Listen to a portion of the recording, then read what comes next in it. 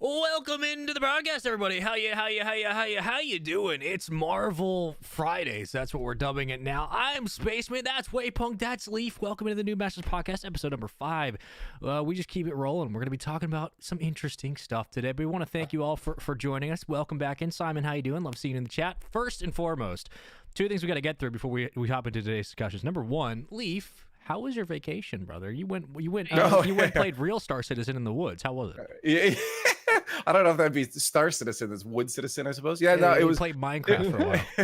It was IRL is scary. I don't know if I'll ever do it again. I might just sit inside. But it was rainy a lot of times. It was nice to get out.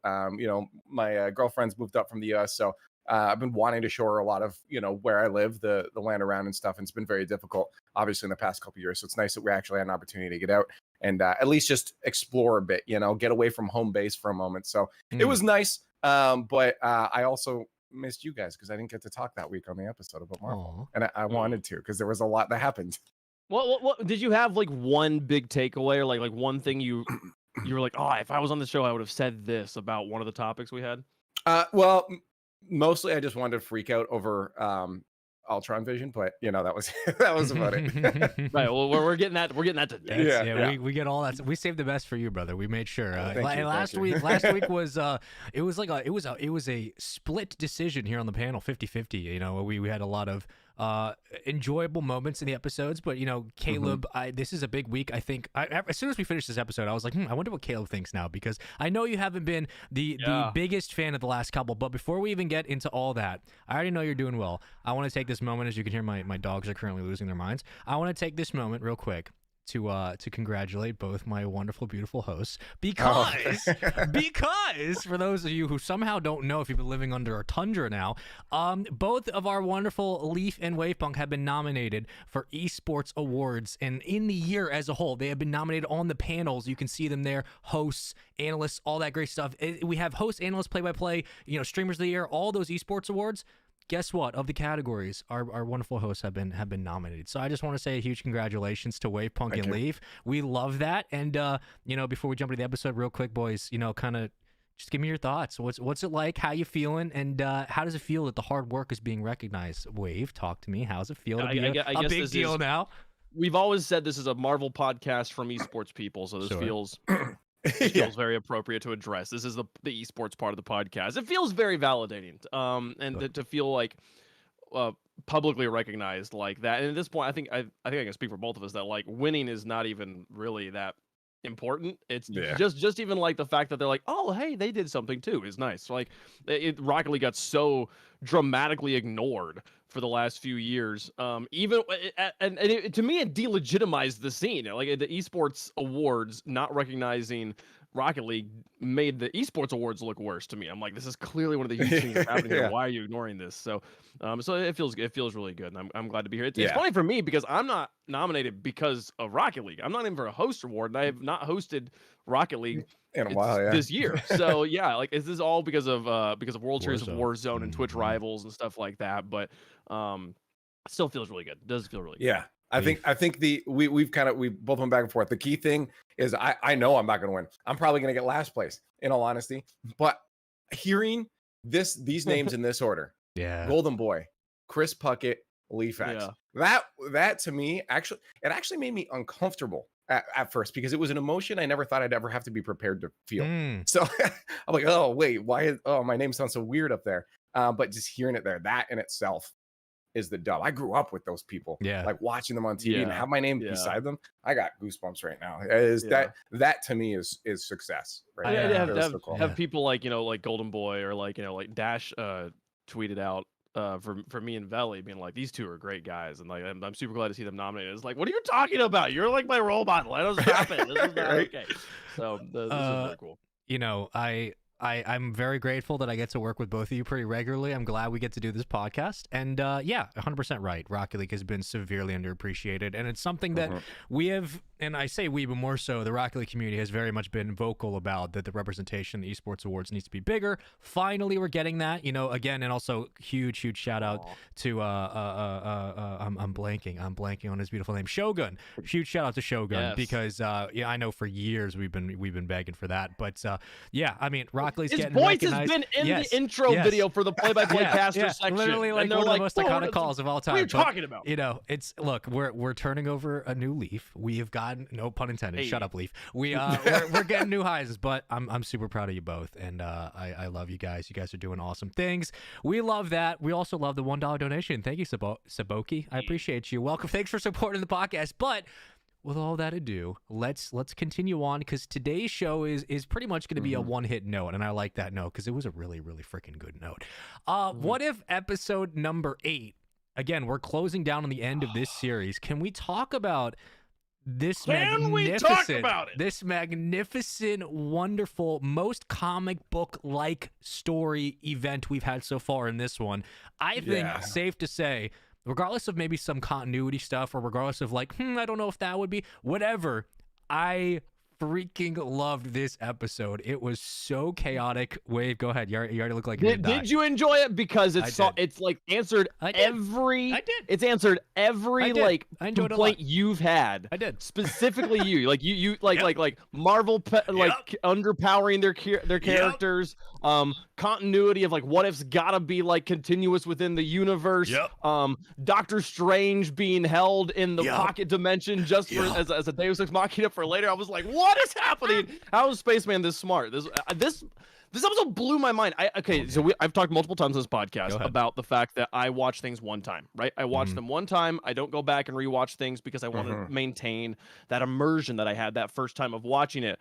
I went back and rewatched this episode. I had to, because there was so much that happened in it. I literally forgot. Like the episode starts with Hawkeye being an Avenger for once. Like, that was the coolest Hawkeye thing that Hawkeye's ever done in 10 years of this show. Like, and I forgot about it because of how much happened afterwards. Like, this was crazy. I loved this episode. This episode, I raised the bar. This is my new favorite episode. Yeah. I mean, you got most of it out there. So, but I think that to me, the coolest thing. No, his messages typing to us all week has just been caps lock the whole time. Dude. As soon as it ended, just caps lock straight down Discord. So I was waiting for this. So I'm glad you could finally get out of it. I think the coolest thing to me was getting a character like Ultron Vision. Something by the end of it where the character comes in, you're like, wait, no, is that? Excuse me. At the end of the other episode, and then now we're like, oh my god, like this is something new. This is something we get to explore, a real what if, like a cosmic wide what if on all of this, and that is just massive. Now, of course, there's a lot of things we need to break down when it comes to you said continuity. Is what about this question? Does this make sense? I think overall, Wave nailed it. This was one of the most comic book things that I just felt like a nerd in heaven with, just this cool concept of this character that we're going balls deep into. Like, we are just going with this concept and seeing how far this would go. I think just to piggyback on that real fast, you said this is the most comic book episode, and I think that there's such a truth to that, because we're so concerned with the concept of canon and continuity, and like there's a whole panel of people at Marvel who make sure that the MCU stays continuous and stuff like that, but comic books started with people being like, yo, what if there was a kid that could shoot spiderwebs out of his arm? How crazy would that be, right? And like, write the novel however you want it, write the comic however you want it. And someone's like, what if that character fought against a space laser, you know? And it's like, and it was just craziness, right? And like, that doesn't make sense. Like, no, shut up, it's cool. That's I just want to see this, you know? Yeah, like, and there's a little bit of like suspending of disbelief because of just how over the top everything went. They're like, shut the fuck up, don't think about that. Just give it. I'm gonna watch Ultron Vision take a bite out of a galaxy, and like, that's okay. Like, there was something very like refreshing and simple about this episode for sure. Yeah, straight up. It was because, and you know me, I am the first to point out issues when it comes that, like, I am granular when it comes to shows, and that, this doesn't make sense to a character arc.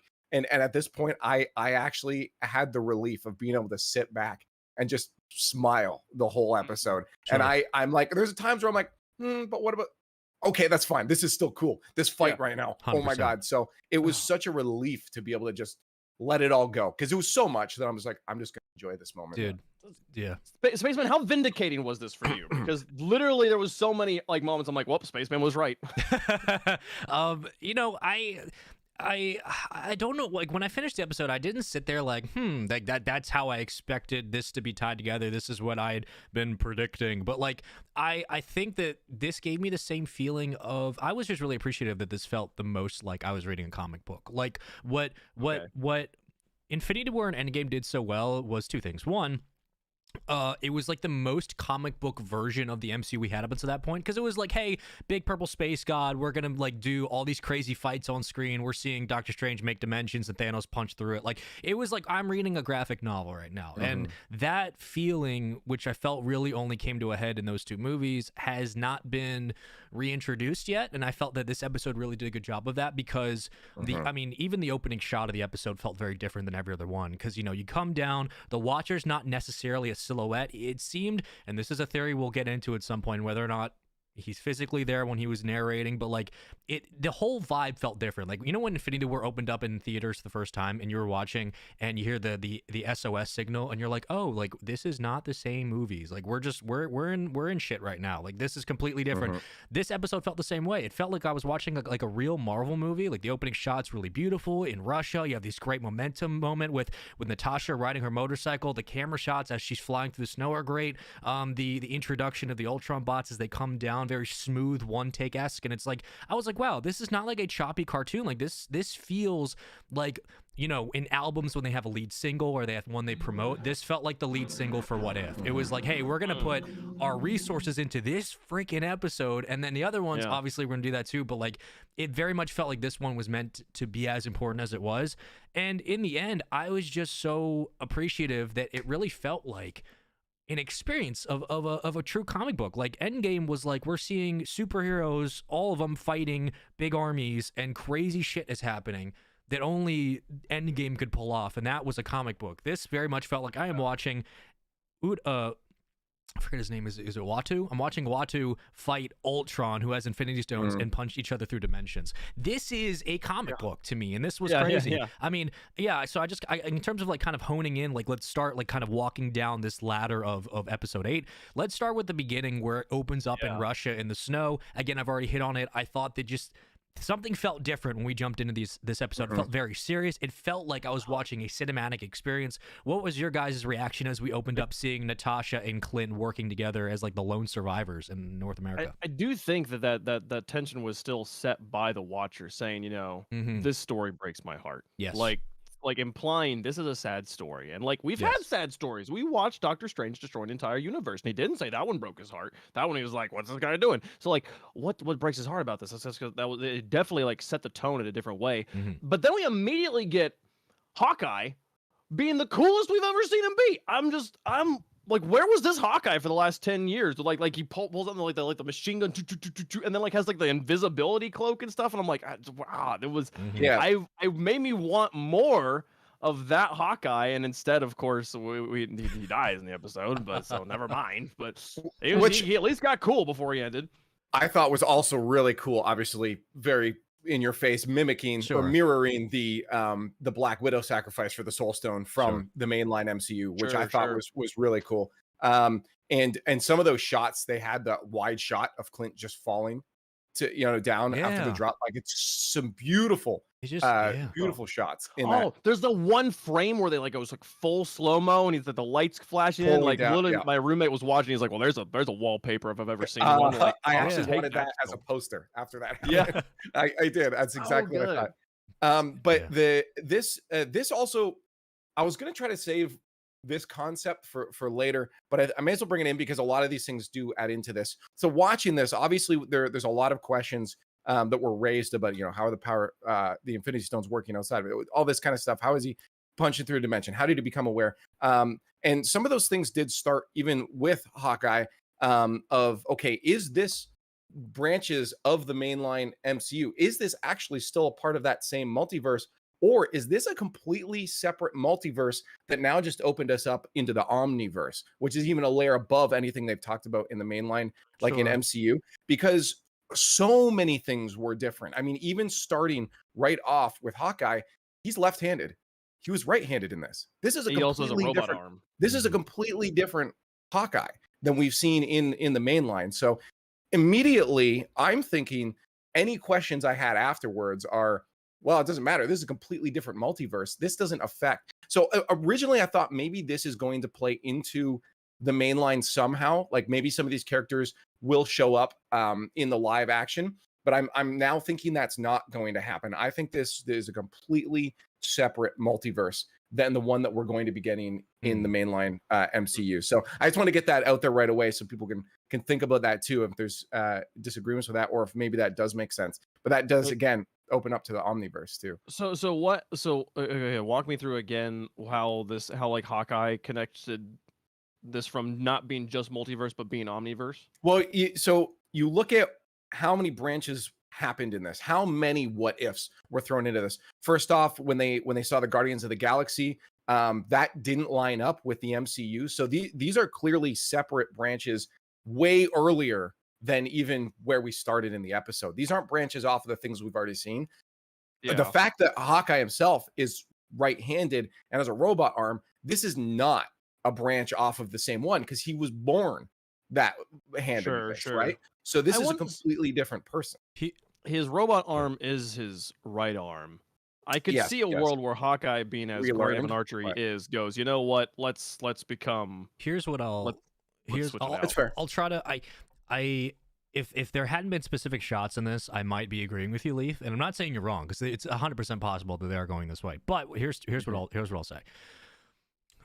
In DC exists the source wall. It's the literal barrier at the end of the universe. So like whether you're talking about like in when it was introduced in New Earth, when it was talked about in correlation to like New Genesis and like, you know, Darkseid morphing with the source wall, it's basically a barrier where gods and like Prometheans and people who try to escape go, and then if they fail they get stuck into the wall and they become like the barrier. Superman's gone past it. I think Batman in the Mobius chair almost got past it or something, but he got like used that power, whatever. Basically it's the barrier of the universe which you can't pass. Marvel has something similar because I think it was Jack Kirby who introduced the source wall in DC after he left Marvel, but we haven't yet gotten to that point of let's introduce the barrier of the Marvel universe. We have very much just seen the multiverse exist as like threads, and in this episode there are multiple shots of the Watcher floating in the gap between what seems to be the barrier of the observable universe, and that again is not the limit of a source wall. Like the source wall goes beyond the observable universe, so it's like if Superman broke the barrier of the universe and then kept going, he'd hit the source wall. In this, like Uatu is moving between whatever space he's occupying. He's moving between, it seems, multiple different universes, and he's constantly like flowing his hand and flashing over them as if like he's reading a comic book. He's like, okay, next page, we're gonna check out this universe. True. Next one. So what I took it as is just that he can go down like a hallway of like a library and just look at all the different books or all the different universes of what can be, and he's just looking in and being like, okay, this is what's happening here, this is what's happening here. So that's how I took it, is that we have not yet explored the outside of where Uatu exists, and when we get to that point, which I'm sure we're going to eventually get to because Ultron now exists out there, maybe we will start to see the introduction of Marvel's version of the source wall in What If, and could that have implications down the line? But I don't know if we're there yet. It just seems like we're still stuck with his POV. Well, that's the thing. So we're still within his multiverse. Right. That Watcher is in that multiverse. Right. The multiverse that we get in the MCU can be for just a quick overview, the way the Omniverse works is basically everything that ever exists is in the Omniverse. Right. That includes your favorite anime. That includes Friends, the television show. That includes everything is a part of the Omniverse. Those are their own separate multiverses. That if things happen in those multiverses, it does not affect the other ones, but maybe there's a connection come later. But for now, I'm thinking this What If is its own separate contained multiverse, separate from what we're seeing in the MCU. Okay. So you could crash through all these different universes in this the What If multiverse, but that has no effect on the MCU multiverse.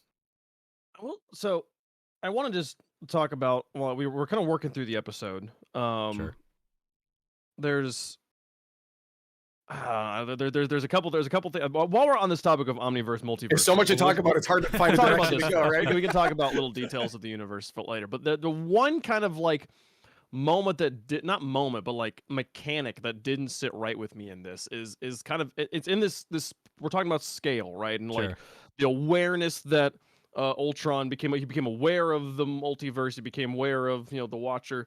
They call it cosmic awareness. Yeah, and like.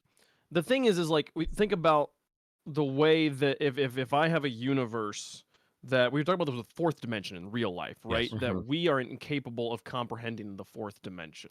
If there was a fourth dimension, we're incapable of knowing it's there. And in theory, there could be beings or an entire world operating in that fourth dimension, watching us, and we would never be able to see it, and we can't, our brains cannot comprehend it.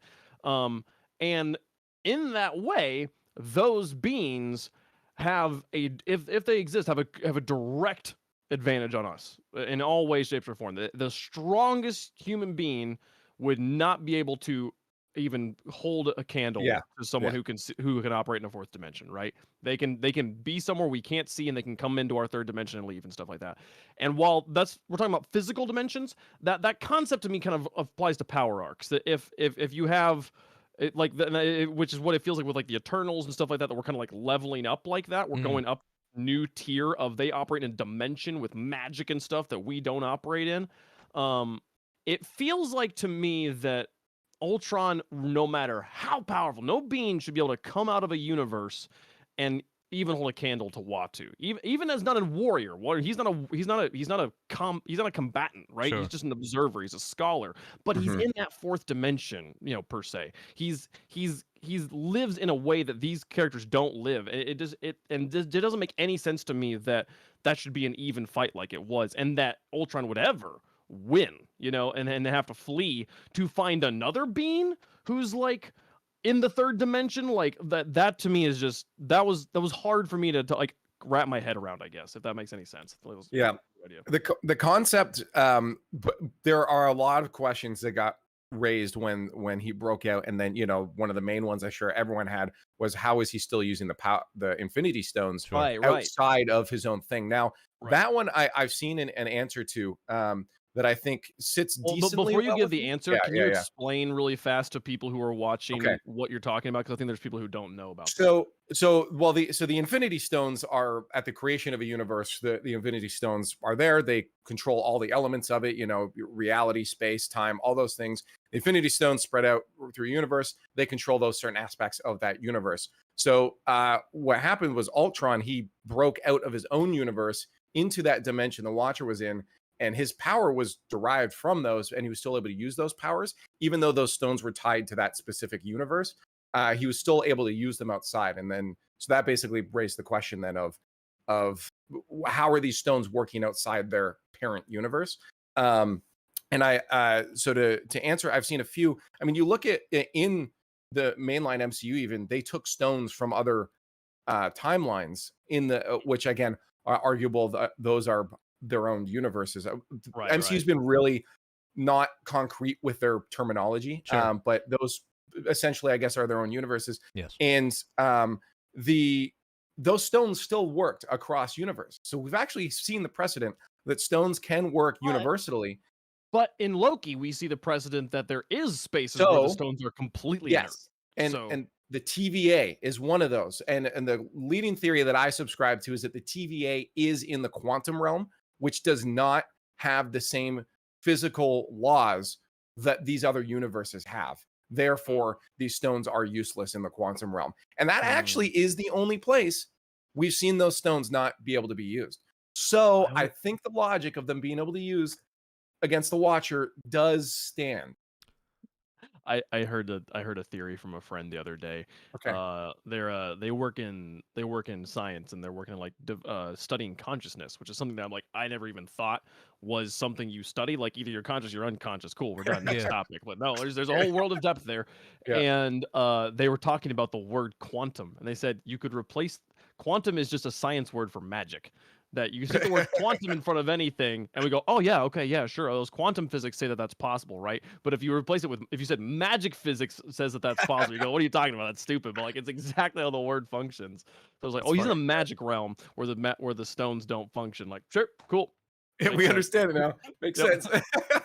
That is funny. But yeah, I think the and again, it's all up to the logic that universe or that they set, right? So this again, let's go back to, let's pretend my theory is the one I'm basing all these off of. So my theory of this being its own separate multiverse, how that fourth dimension works in that multiverse could be different than how that fourth dimension works in the MCU's multiverse or our universe, like our real life even. So it's all up to the logic that they set. So it also is back to that point of if it's its own multiverse, really whatever they say goes, because we have no precedent for that multiverse yet. We've never seen that multiverse, the what if multiverse exists. So really they can do whatever they want and it makes sense because that's the laws they're setting out here. So yeah, and the thing is, it's clear the Infinity Stones did work, right? Yeah, Like yes, by normal Marvel laws, they shouldn't work the moment he breaks out of that universe, but they did. So that's how things work here apparently. What's crazy to me, I think, continuing to, I don't know, this is the third.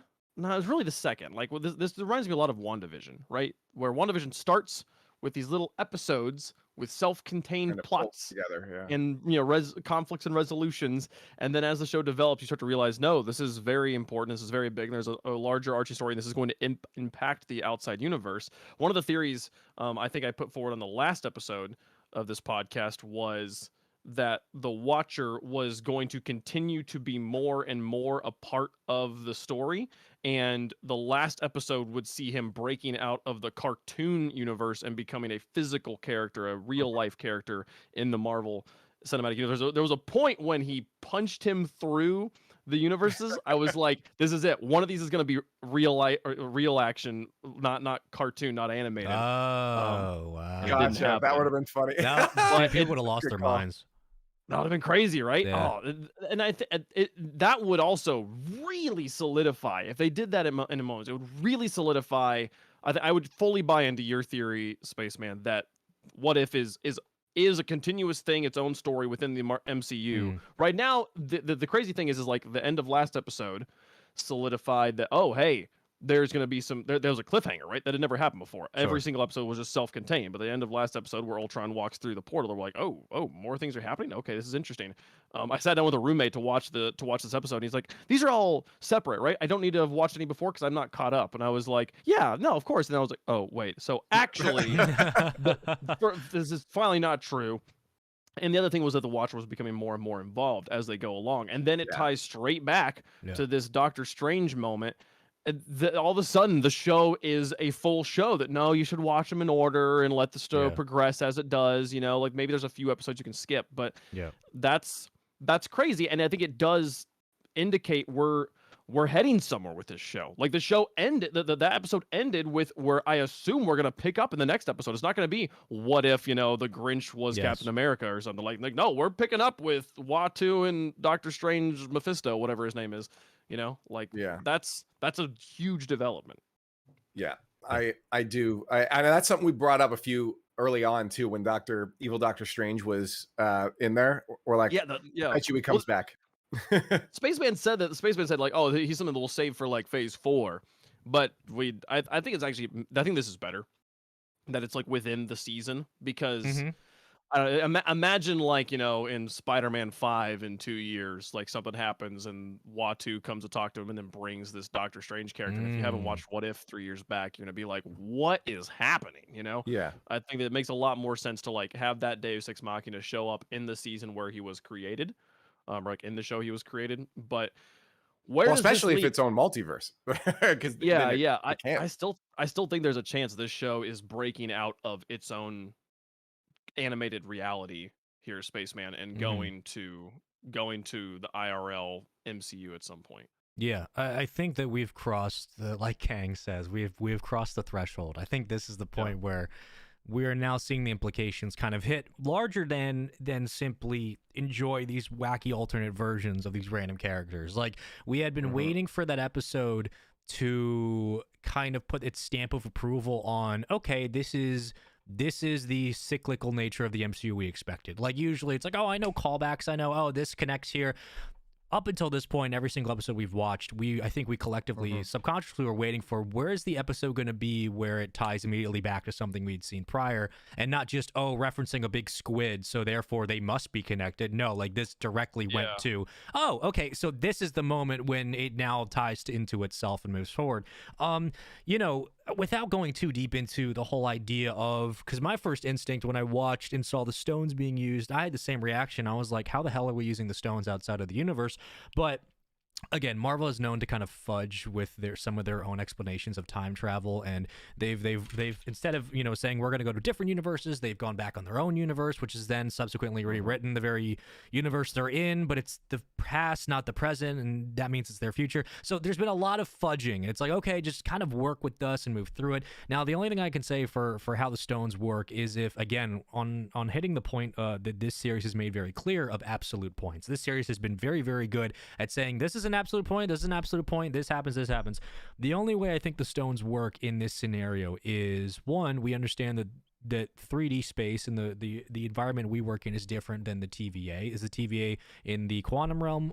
Possibly. I always viewed, in reading some of just the lore, the TVA was kind of above just like average space time. It was just out in its own bubble. But if the Infinity Stones are absolute points in every single variation of the Marvel universe, so we're not talking omniverse, I'm just saying like the multiverse, if the Infinity Stones are absolutes in all those universes, then therefore they probably should have the same effect regardless if it's only from our known universe, because people would say, well, it's not in any other universe. That was until we introduced the multiverse. So if the multiverse exists and therefore the Infinity Stones probably exist in those as well, I can see that being a scapegoat. But at this point, I still have a lot of questions. Like, you know, he escapes, how can he use them? This still doesn't work for the pocket dimension that Watu exists in. That's the thing. I was like, okay, so Watu exists outside. Again, this is very much going into TVA territory. He doesn't exist in fourth dimension. He exists outside the standard model of the universe, but he's in 3 dimensions. So is it like a TVA situation where he's just in a pocket above everything else and he can just move between the spaces? Maybe, sure. This episode did raise a lot of questions about not the continuity, but the applicability of the various weapons and ideas and mechanics of the MCU that we've seen before. And again, this is going to be these are going to be questions that they will absolutely have to answer in larger MCU movies, because, you know, I have no problem flying over stuff and being like, just entertain me. But it's with how tight the logic has been for Marvel up until this point, to their credit, they've done a pretty good job of it. We're getting to territories where, like, you're going to have to explain things that even science fiction writers in the 50s who had some of the best minds ever couldn't figure out. Like, you're going to have to start giving answers to some of this stuff. But with all of that, so, I mean, Leaf, Sorry, no, Leaf, go ahead, jump in. I thought I had I have a potential solution here to this. And I want to reference another one of the greatest films of all time. And I know at least spacemen agree, Interstellar. I love that movie. So in Interstellar, the Tesseract, their version of a Tesseract in the black hole. Yes. Sorry for spoilers if people haven't seen Interstellar by now, but the Tesseract in there is a 3-dimensional representation of the fourth dimension, of how they perceive time. Yes. And he's able to look at that. So I'm wondering if the Watcher is still within the 3-dimensional construct of this multiverse, and the way he views it is similar to how Cooper was looking through that library of time. Sure. And that way, because that still exists within the laws of that universe. So maybe that's what happened. Yeah, Watchers exist in the standard Marvel universe, whether you're looking comics or even the MCU. We've seen Watchers appear in the MCU. They exist. The post-credit scene with Stan Lee and Guardians 2, they exist. You know, again, I think keeping that as a reference point, like, Watu exists as a standard 3-dimensional character in the MCU. Now, where is he operating? How is he operating and all that? Maybe that gets answered at some point. I think that we'll get more answers like this when we get into Guardians Volume 3. And then if that eventually leads to us introducing Adam Warlock. Adam Warlock has a ton of interpersonal relationships with both the Watchers and the I'm forgetting the name, but the 3 heads that judge the universe. Forgetting the name, unfortunately. But what'd you say? Timekeepers? No, not the timekeepers. They're like the three judges that judge the universe. I'm literally just blanking. But Anyways. yeah, he has a lot of relationships with things outside of the standard norm for traditional Marvel means. So, I will say that the Leaf idea that like he's living in this like Tesseract thing within 3D space is a cool idea, except that he's viewing other universes. If he was only using it to view the one universe he's in, I think it works. But because he's going through different universes, that it's not. Yeah. With most Marvel stuff, they leave a lot open for answers for possibilities. So that's a good point to bring up. No, it's definitely cool though. Just living tribunal is what it's called. So like we're getting we're starting to reach closer to cosmic ideas and cosmic characters, which Eternals could answer a lot of these questions. But all of that, aside from like, oh, how do the stones work? Like, honestly, who cares? It was freaking cool seeing him punch through dimensions and fight Watu. To me, I haven't been like nerd excited for in a while for like, the kind of the same moment of, Cap picking up the hammer and you just go, yes, those kind of things. Yeah. When I finally got to see something brand new, we got to see Watu fight Vision Ultron. I'm like, this is freaking cool, man. Yeah, it was crazy. I had a thought. Again, this is something I caught on the second watch through. So there is merit to doing this. Yep. The end of the end of the Thor episode, right? We see Thor confronting what I believe. I don't remember what the portal looks like. I think it's one of the like Thanos type portals that like the Infinity Stones summon. Not like a wizard portal. I forget how Ultron's army gets in front of. Oh, I think they use the space stone. Yeah, the space it stone looked like it just looked like a normal portal. Yeah. But he walks through and confronts, and Thor's there like, oh crap, and he's like, all right, cool, I'm bringing my army. It's time to kill everything because that's what I do. And in the episode of What If Ultron Won, we see Ultron as Vision without the Infinity Stones yet, killing the Avengers. Yes. And he kills Thor. Thor's there. You see Thor's hammer. And you don't see his face at any point, but you know he's with those Avengers at that point. Yes.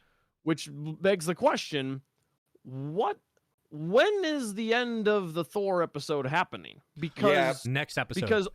Because it would have to be next episode. I'm telling you, it's next episode. Yeah, because the way, again, this show has, and this is not like a negative. This show has been very weird with the way it's put the episodes one by one. Because like we have jumped around more so than usual. Like how I saw that going was, okay, we've introduced Ultron, that army. Now let's look at the prologue. Let's look at how this started. Okay, this is where it started. He's nuked everything to hell. He now is living outside the multiverse. That leads to Watu finding evil Doctor Strange in the one place that Ultron would never look, which is a dead universe with a prism in it where Doctor Strange is hiding. Yeah. Next episode, I think we're going to get the battle that we saw in the midseason trailer, the Battle of Earth, with like a bunch of characters showing up to try to defend. Peggy Carter's Captain America, like all these characters trying to fight the Ultron bots. They lose. Ultron starts wiping stuff out, and then we're going to jump back to, okay, Ultron's given situation of being outside the multiverse. Watu has confronted Doctor Strange, and he's going to try to summon people from other dimensions to come help. And then we're going to jump back to the present day where it's like, okay, we saw Ultron arrive, how Ultron got to this point, how he wiped out Earth and all the other people, and then the final battle will be Watu, Doctor Strange, everybody else versus evil Ultron who's eating galaxies. Like I think we're going to be doing a bunch of jumping back and forth at this point. Yeah, so. That does make a lot of sense. That like, so the Watcher runs, so Ultron's next move is cool. Let's just start killing everything. Yeah. We'll deal with that guy later. I know I can beat him. And instead we get so that would be like maybe the very beginning of this episode. This next episode is him doing that.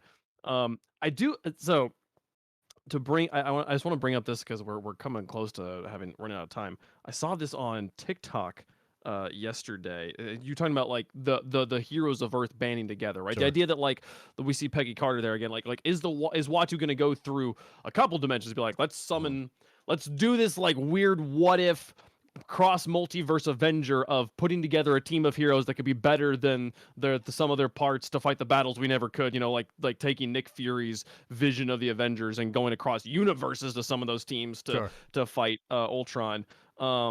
From there's this user Rayburn on RAYBUURN on TikTok had this theory I saw yesterday, and the point she made was every episode of What If that has included Iron Man, he has died. Yes. Yeah. Iron Man has never lived. And one of the time we've seen this talked about in the Doctor Strange episode, absolute points in time, Nexus events. Things that cannot that for the universe to continue have to happen. Is Iron Man's death one of those points? After across multiple universes, seems like it. Bunch of different ways, Iron Man's not allowed to live. He dies at different times, you know, and like with different motives. But like, is his death critical to the continuation of the universe? Seems like it. That poor Tony just gets slaughtered every episode, man. Like, he's like the one character who dies probably more than anybody. But real quick, I know that I think we get one more moment with Chadwick Boseman. I think we get one more Black Panther. So I don't know if it's being the next episode ever, but like maybe, you know, he pulls the Star-Lord version of Black Panther. All I know is that we were supposed to get, I think, 4 or 5, and we've only had 3. So what if? Okay. The whole thing with Chadwick Boseman as Star-Lord is that he's able to talk any bad guy off of their bad guy platform, right? He just talks. What if he's the one person that's everybody dies? Ultron kills everything, and then he's like, "Let's just chat about this for a second." And then he's like, "Oh no, you're right. Okay, I shouldn't have killed everybody." That would be so. It's like Peter Quill dancing to save the universe. Like that would be so perfect. Like, because again, I don't want to get. I'd take it. This is like more of a nitpick, and it's not even a huge one, but like, you know, when we're watching Uatu fight Ultron, again, you have a guy who has the only problem with Infinity War and Endgame is that we didn't get to use the stones as often. Like the movies weren't longer, so we couldn't use more of them. Like you have the power of anything. You have reality and mind and soul.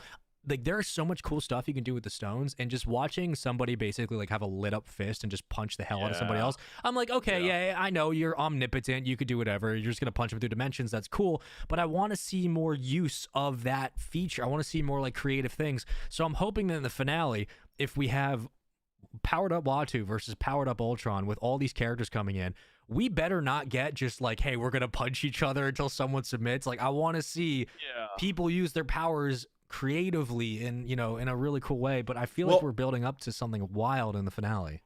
That's what makes me really excited about Kang as a character, because Kang is just a regular ass dude. He's just a Earth, dude, you know. He's just he's no superpowers, nothing. He's not a supervillain. He's just a gigabrain Chad. So I think that's so cool, because he has to use his smarts, his brains to overcome stuff. He can't just punch his way out of stuff, right? He has to creatively like time pincer people. You're operating here, but I'm operating out here, you know. And the second you find out I'm operating here, I already have a plan outside that, you know. Like he gets to operate so much differently, and that's again what makes me so excited for him as a character. I mean, it was cool to see, because even Thanos in the mainline MCU is like he got a little creative with the way he used the stones, but you know, he's not an omnipotent being or anything. He's just a guy with a plan trying to do something, right? So it wasn't the most creative, but it was still he got cool seeing him pull up a moon just down off the, you know, that. So those were cool creative uses, or turning the mirror dimension into butterflies, kind of, you know, like that's cool. That's a cool use of reality. He punched a dimension, right? turned it into a black hole, and threw it back at Doctor Strange. Like when I saw that in theaters, I was like, I'm not alive right now. This isn't happening. This is the craziest shit I've ever seen.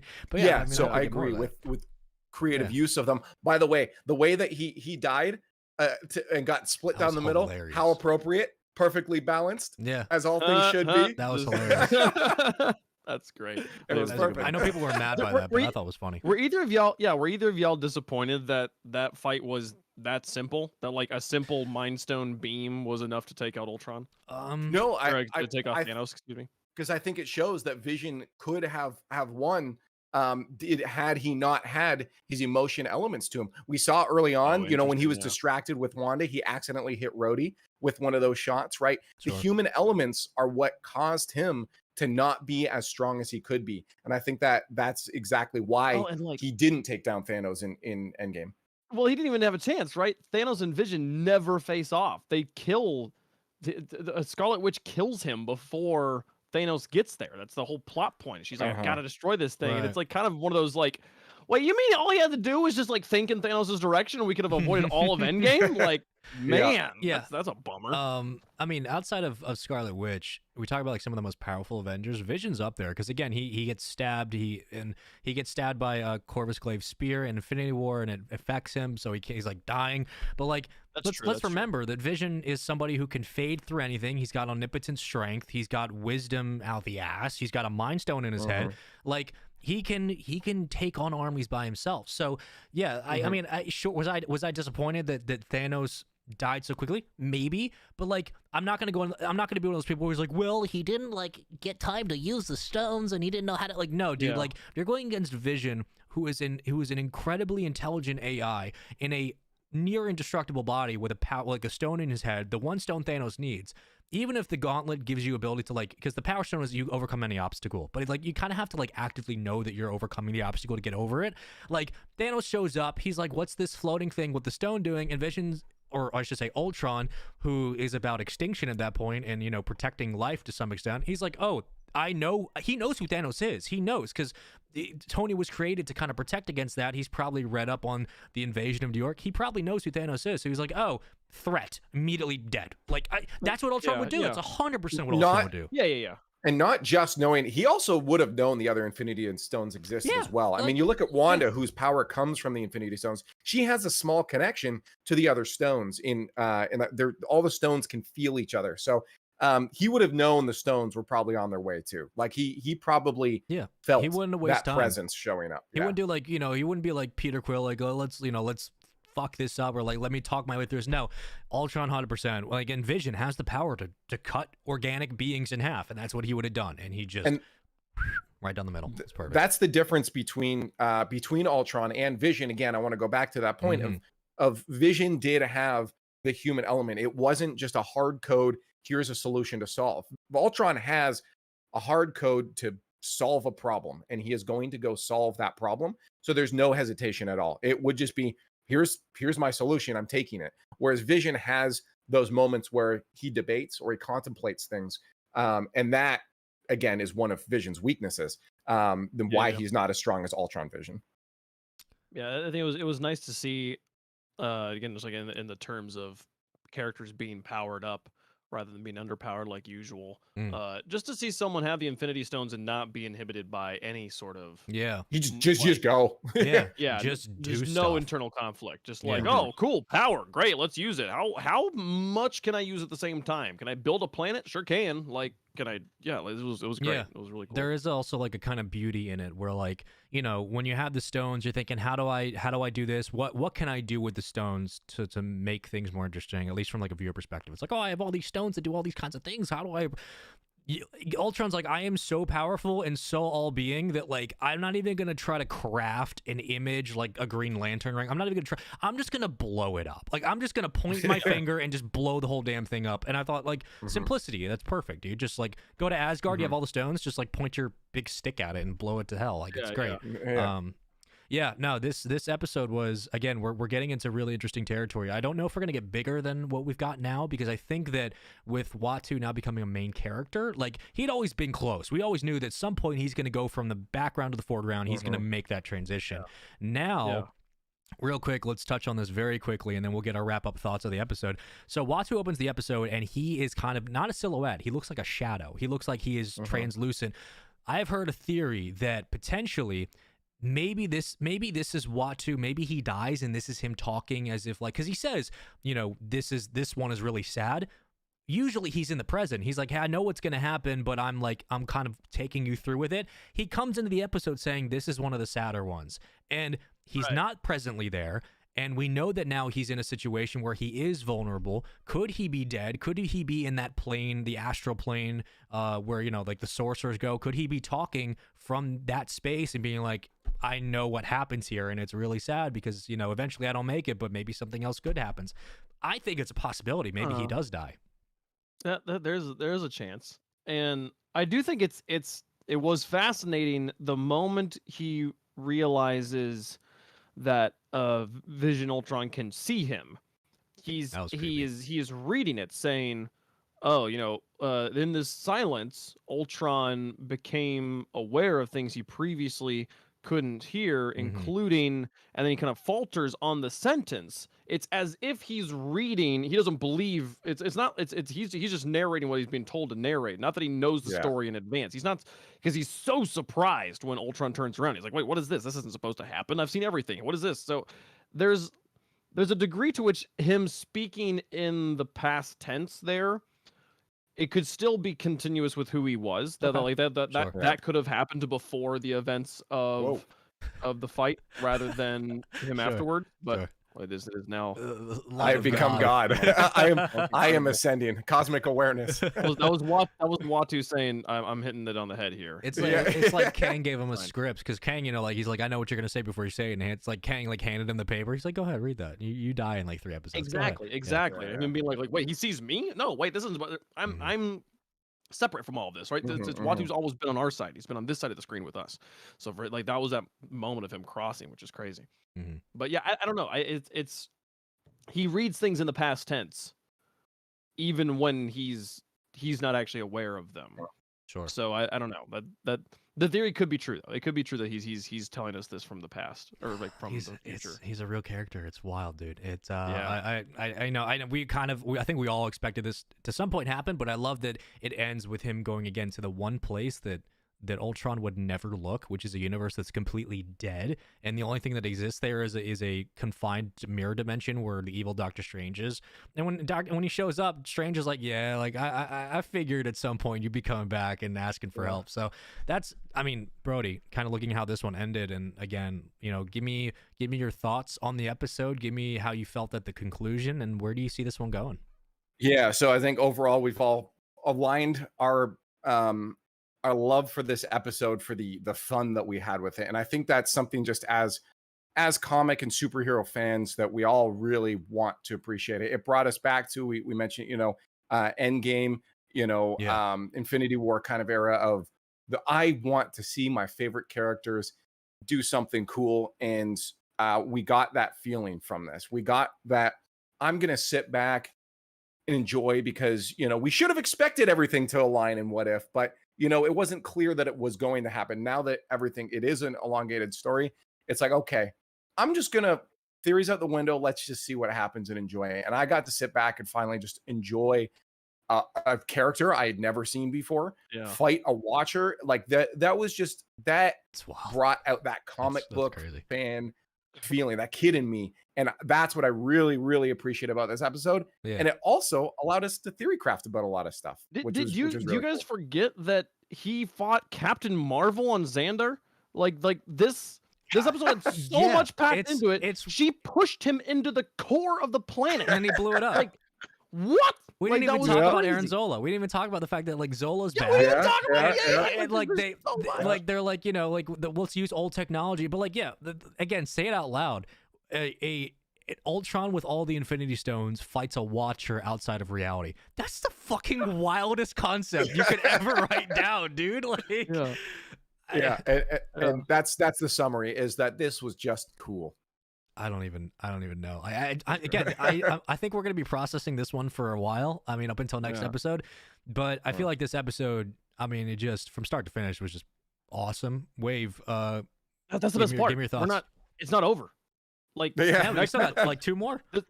Yeah, we have like the next episode is going to continue this story. We're not having to go back to some other, what if Ant-Man was actually Poop Man or something. No, we get this story. The story continues. I'm excited.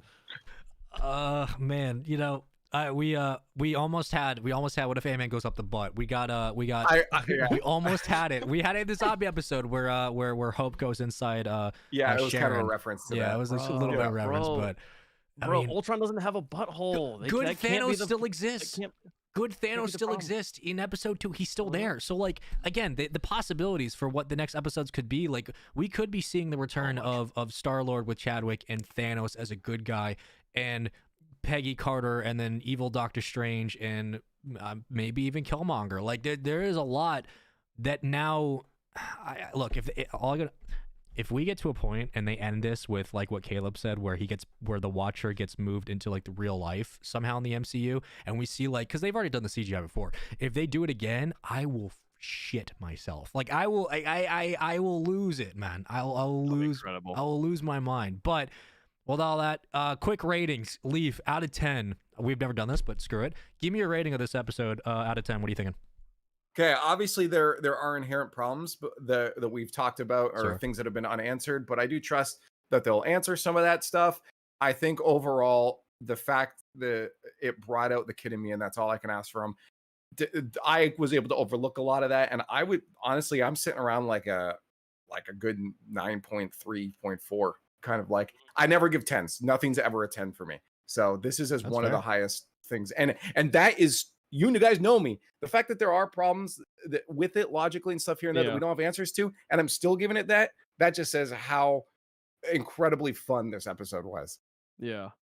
Caleb, I think I think I'm at an 8. Okay. Just a few of the like continuity issues, the power, my understanding of the power dynamic between the Watcher and a created creature in the universe, just like that kind of inconsistency to me is like this is weird, but I enjoyed it so much that but we got to see them punch each other. that would usually be like a breaker that would put it down to like a 4, and so like it's an 8 absolutely for me. It's still like very, very strong, super fun episode, so much great stuff. Hawkeye was cool finally. Dude, he was so good. I love his Ronin haircut.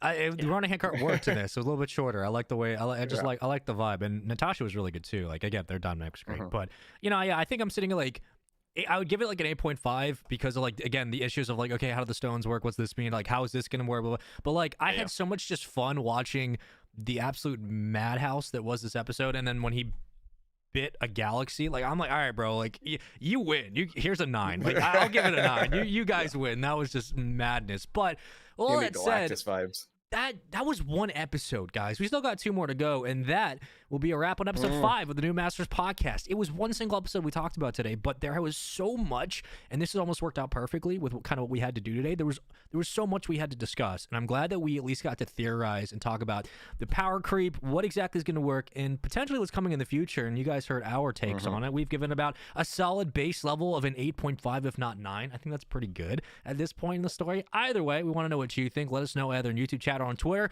what your thoughts are. We thank you so much for watching. From myself, from Leaf, from WavePunk, from your nominated esports awards potential recipients, which they will be. Go freaking vote right now. We thank you for watching the NoobMasters podcast episode 5. We will see you next Friday, same damn time. And until then, stay awesome, keep watching, and stay Marvel fresh.